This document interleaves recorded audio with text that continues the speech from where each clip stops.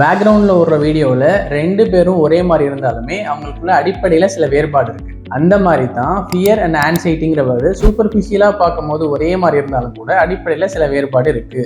So what is fear? இப்போ நம்ம தெருவில் நடந்து போயிட்டு இருக்கோம், தூரத்தில் எங்கேயோ ராட்வீலர் டாக் நிற்கிற மாதிரி நமக்கு தெரியுது. அதை பார்க்கும்போதே நமக்கு விடவெடுத்து போய் ஒரு படபடன் ஆகி ஹார்ட் பீட் ரைஸ் ஆகிடும். ஸோ ரியலான இமீடியட் த்ரெட்டை பார்க்கும்பொழுது நமக்கு ஏற்படுற அந்த பயம் இருக்குல்ல, தட் இஸ் ஃபியர்.